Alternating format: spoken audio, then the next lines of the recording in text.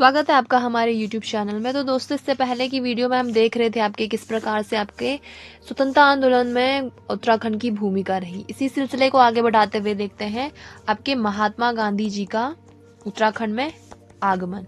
तो सर्वप्रथम जो गांधी जी उत्तराखंड में आए वो आए दोस्तों 5 अप्रैल 1915 में। इस दौरान जो है हरिद्वार में कुंभ मेला लगा था। इसी कुंभ मेला में भाग लेने के लिए आपके गांधी जी आए हरिद्वार वो दोबारा आए आपके 1927 में। इसके बाद 1916 में जो है गांधी जी ने देहरादून की यात्रा की। फिर 14 जून 1929 इस दौरान पहली बार जो है आपके गांधी जी कुमाऊं यात्रा पे आए। फिर दोबारा जो है जून 1929 में गांधी जी के साथ साथ जो है जवाहरलाल नेहरू ने क्या की आपकी कुमाऊं की यात्रा की। और इस दौरान जो है ये बागेश्वर के कौसानी में रहे। ठीक है, कौसानी में लगभग 12 दिन के आवास पर रहे। ठीक है, और यहीं पर उन्होंने जो है एक अनाज शक्ति योग इनके द्वारा लिखी गई। बेसिकली ये जो बुक थी ये सेल्फ रियलाइजेशन के लिए थी। ठीक है, एक तो इन्होंने लिखी आपकी अनाज शक्ति योग जो कि एक स्पिरिचुअल बुक थी सेल्फ रियलाइजेशन के लिए, और दूसरी इनके द्वारा लिखी गई थी यंग इंडिया।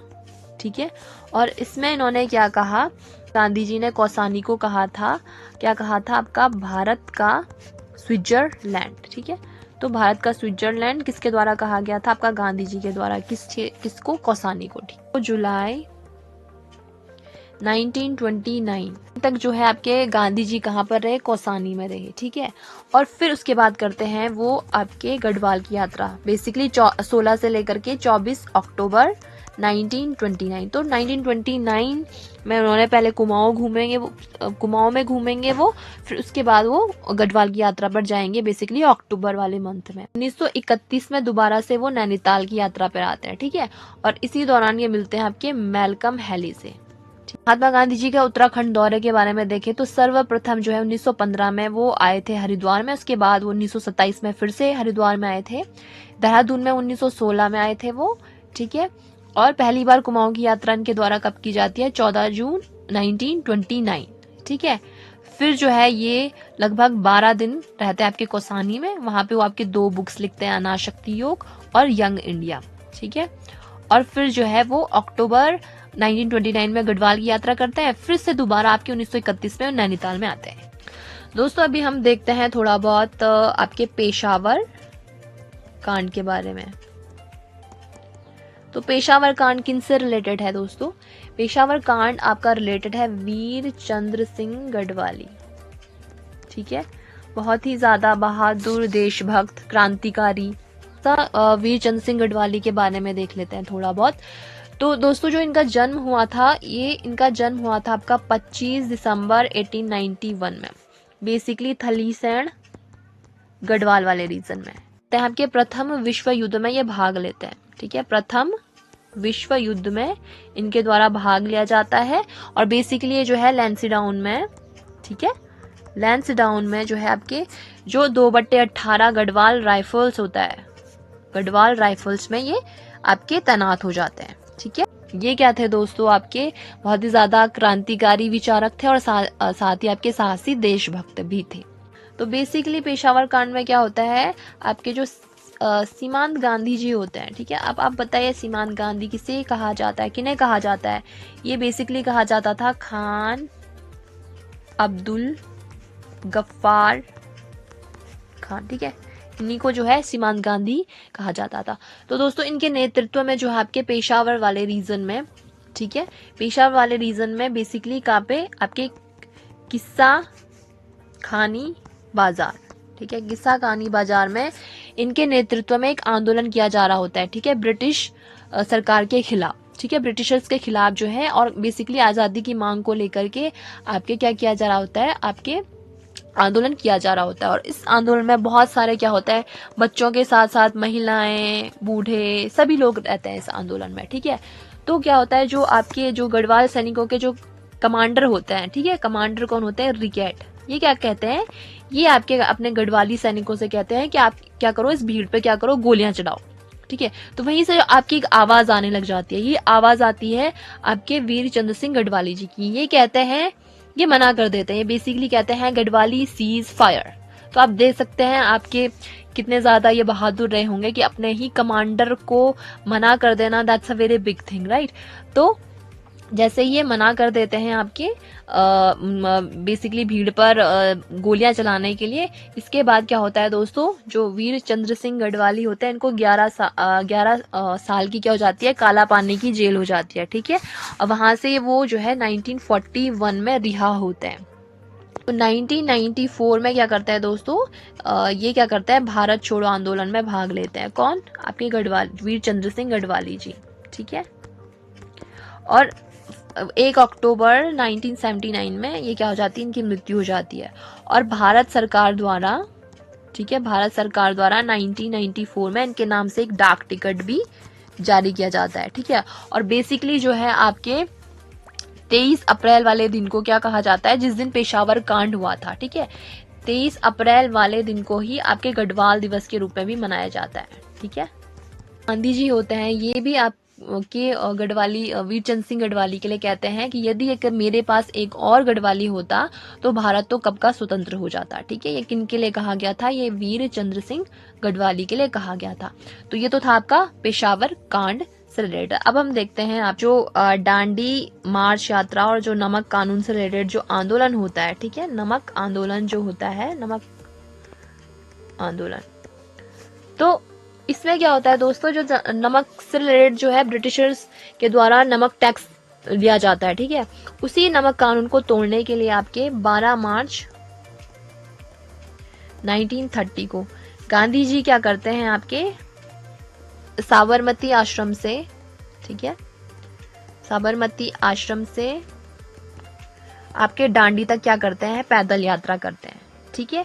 और ये यात्रा होती है ऑलमोस्ट 24 डेज की, ठीक है। और ये यात्रा होती है, ये 241 मील की यात्रा उनके द्वारा पूरी की जाती है, जो कि नमक कानून के खिलाफ था। जैसे उत्तराखंड से भी ऑब्वियसली आपका पार्टिसिपेशन किया गया था, किनके द्वारा किया गया था, और ऑलमोस्ट इसमें जो है आपके 78 क्या थे, सत्याग्रही थे।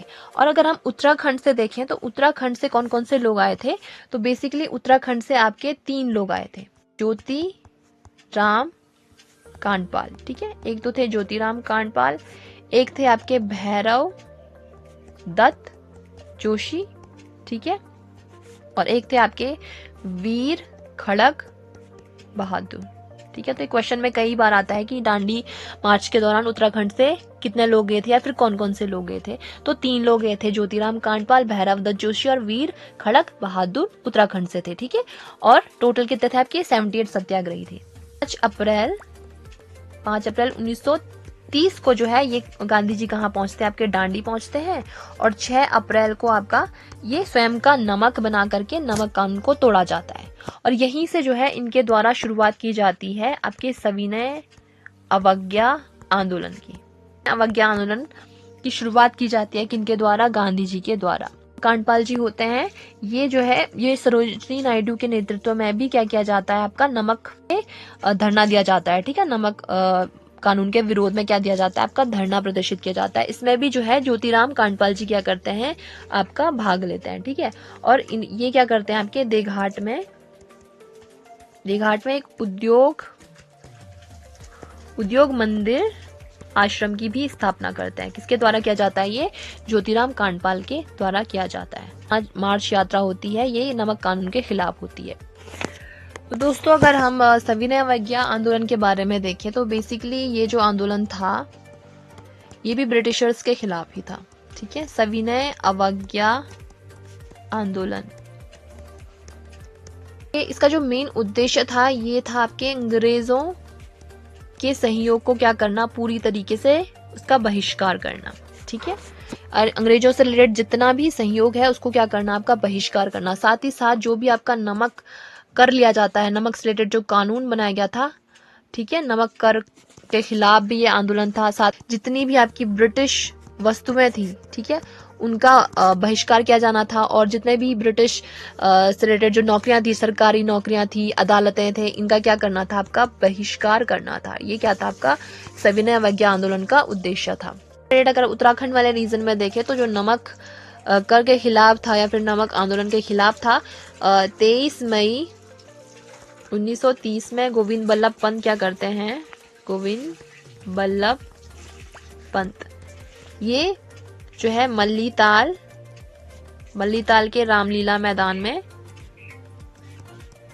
25 मई को क्या करते हैं? आपके नमक बनाने की घोषणा करते हैं। ठीक है, नमक बनाने की घोषणा।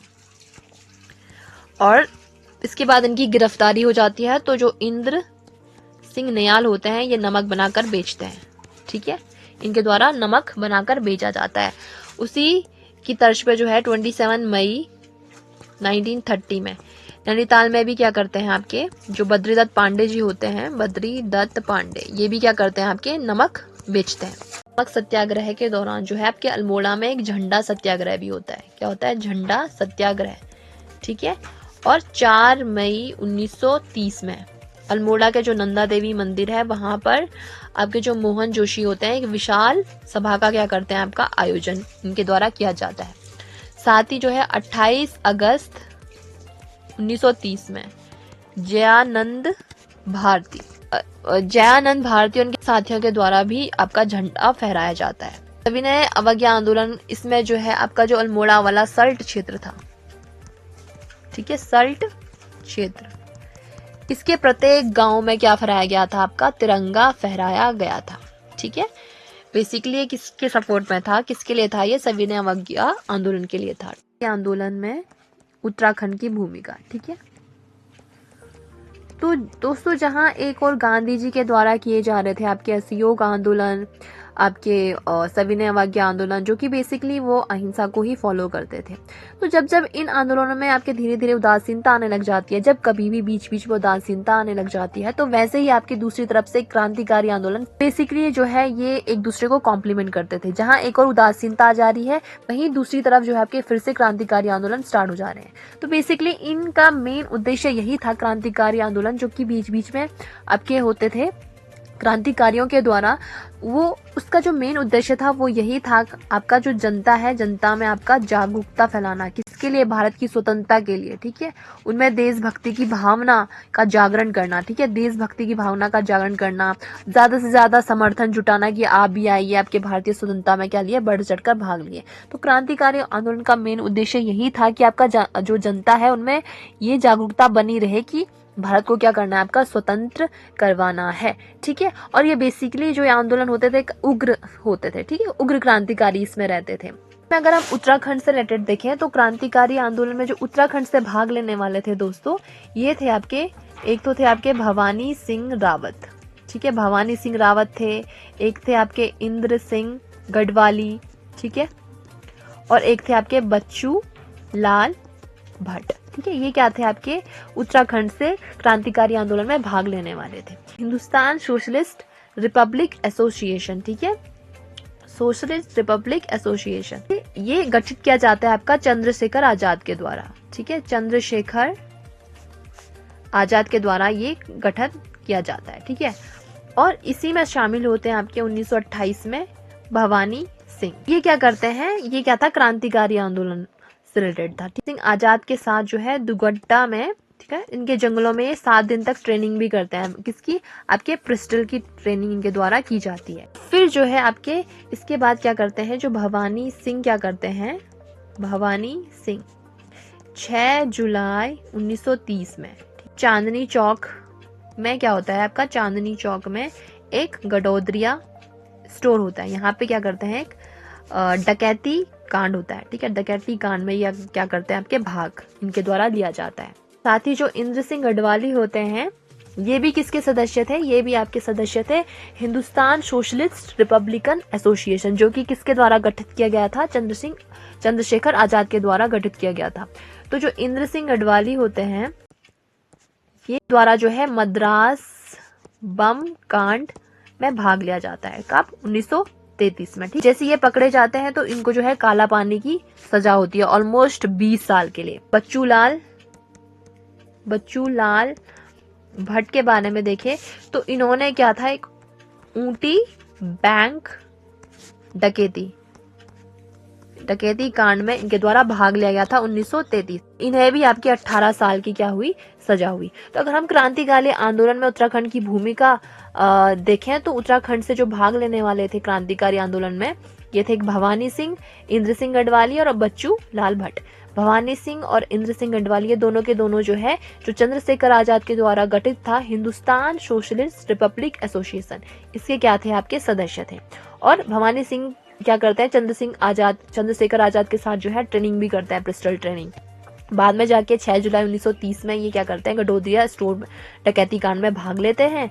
और जो इंद्र सिंह गढ़वाली होते हैं, ये मद्रास बम कांड में भी इनकी हिस्सेदारी होती है, बाद में इनको जेल भी हो जाती है।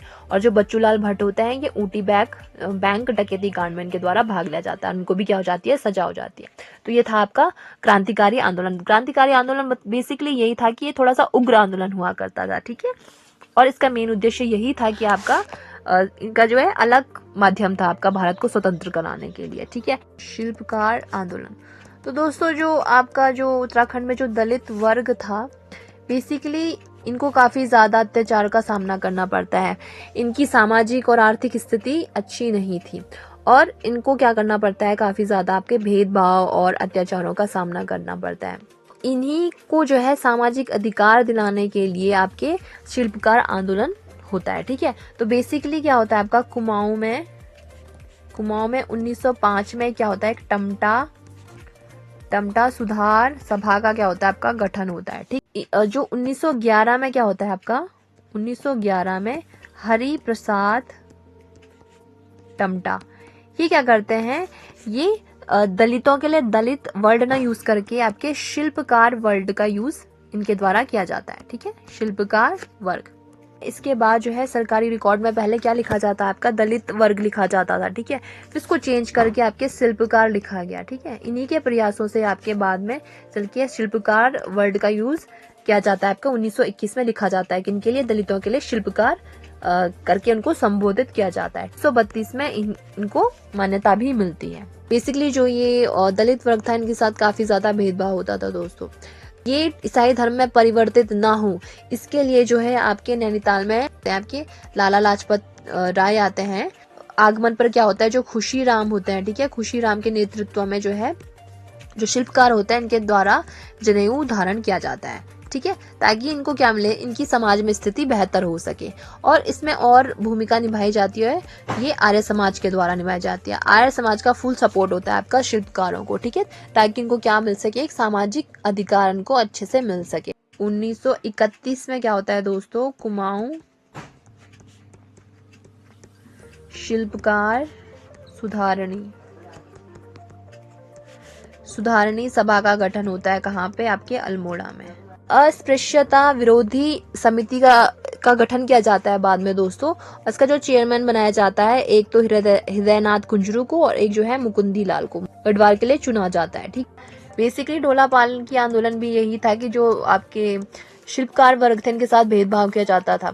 जो उच्च वर्ग के लोग थे दोस्तों, जब शादी ब्याह होता था तो जो वर और वधू, इनके लिए डोला और पालकी का क्या किया जाता है, जब बारात जाती है तो दुल्हन के लिए आपके डोला रहता था और जो पालकी रहती थी वर के लिए रहती थी। और ये सिर्फ और सिर्फ आपके उच्च वर्ग के लोगों के लिए थे। लेकिन और इनको उठाने का काम भी किसके द्वारा किया जाता था, इनको उठाने का कार्य भी किया जाता था आपका शिल्पकार के द्वारा। तो इनके साथ अच्छा बिहेवियर नहीं होता, इनके साथ अच्छा व्यवहार नहीं होता था दोस्तों। और जब इनके घर में किसी की मतलब बेटा बेटी की शादी होती तो इनको जो है पैदल ही जाना पड़ता था जब ये बारात लेके जाते थे। ना तो इनके वर के लिए कोई पालकी की व्यवस्था थी और ना ही जो है इनके वधू के लिए डोली की व्यवस्था थी। तो इसी से रिलेटेड आपका था क्या, डोला पालकी आंदोलन, ठीक है। और ये 1930 के आसपास ये आंदोलन होता था, ठीक है, ताकि जो है जितने भी शिल्पकार के जो वर वधु है, इनको भी समान अधिकार मिले जैसे कि उच्च वर्ग के लोगों को, ठीक है। और इसमें भी मुख्य भूमिका निभाई गई थी आपकी जयानंद भारती के द्वारा। रिलेटेड आपका सम्मेलन भी होता है 23 फरवरी 1941 में जो है डोला पालकी सम्मेलन भी होता है। तो जो ये डोला पालकी आंदोलन है, ये भी शिल्पकार के अधिकारों से रिलेटेड है, ठीक है। अब एक था आपका गढ़वाल हितकारिणी सभा, ठीक है, गढ़वाल हितकारिणी सभा की स्थापना होती है आपके अगस्त 1901 में। बोला जाता है गढ़वाल यूनियन। इसका जो गठन का श्रेय जाता है, ये जाता है तारा दत्त ग्यारोला। गढ़वाल हितकारिणी सभा की स्थापना कब होती है? अगस्त 1901 में। किसके द्वारा? तारादत्त गैरोला के द्वारा। इसको गढ़वाल यूनियन भी कहा जाता है।